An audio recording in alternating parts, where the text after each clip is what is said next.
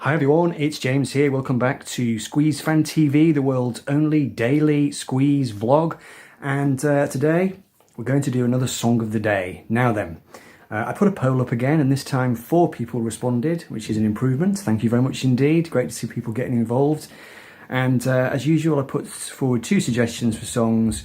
Some Americans had come about the previous time and had been voted down in favour of whichever song I'd did last time, but this time it won, so we're going to do it. So the song Some Americans comes from Babylon and On from 1987, and I thought it was time we looked at a less good Squeeze song, because they do exist. I think every song we've looked at so far has been a pretty damn good song. This one less so.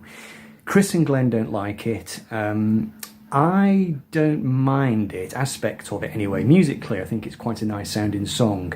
It comes at the end of the vinyl edition of the album. The CD version actually finishes with Wedding Bells. You've got 2 extra tracks on the CD, giving you a 14-track album. And interestingly, they're not flagged up as being extra tracks. So I'm not sure if at the time, if you bought the album on CD, maybe you just accepted those 2 tracks as part of the album. In my mind, those 2 songs are extra songs, and Some Americans was the final song on Babylon and On.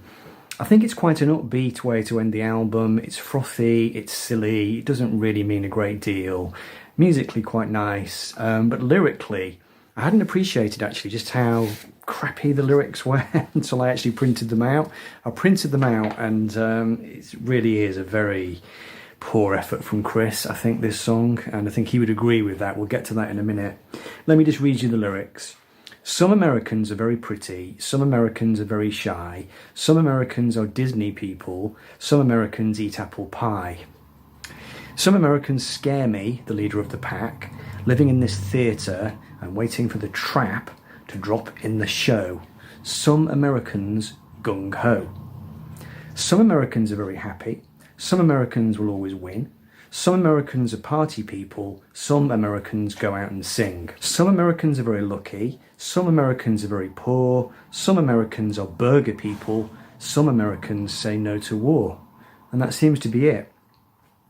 Now, I don't know what Chris was thinking when he wrote this song, because it reads like hardly anything off the page. It really makes me wonder, I mean, is that the best he had to offer at the time during these sessions? You know, my understanding of the way Chris and Glenn worked was that Chris would give a huge pile of lyrics to Glenn, he would sort through them, he would pluck things out, he'd work on things, and things that didn't really work or didn't really turn into songs that he liked would ended up being scrapped. And it does make you wonder which, like why did he pluck this song out and go to such effort to turn it into a song? Why was this song chosen?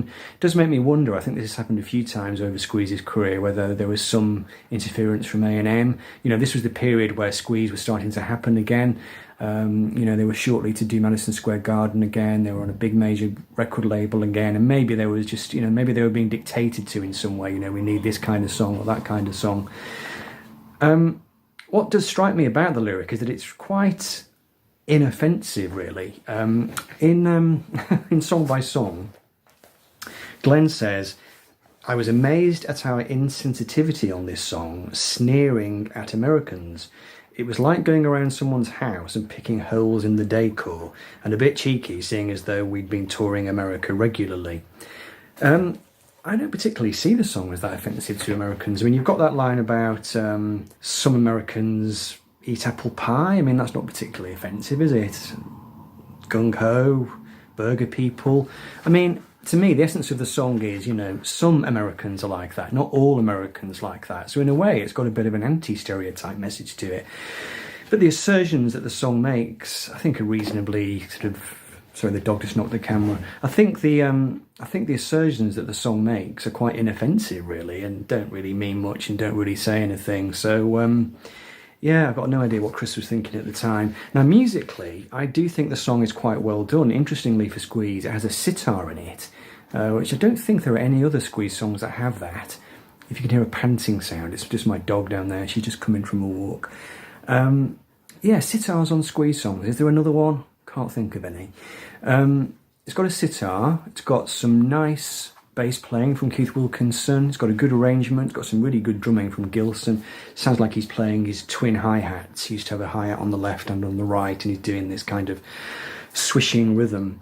Now, what is interesting, Chris has got quite a detailed anecdote about this song in Song by Song, and it does make me wonder whether he's maybe misremembering, because he launches into this big rant about Andy Duncan, who was the drummer on the Difford and Tilbrook album. And Chris says, I was still in touch with Andy, who had one of these machines, these drum machines.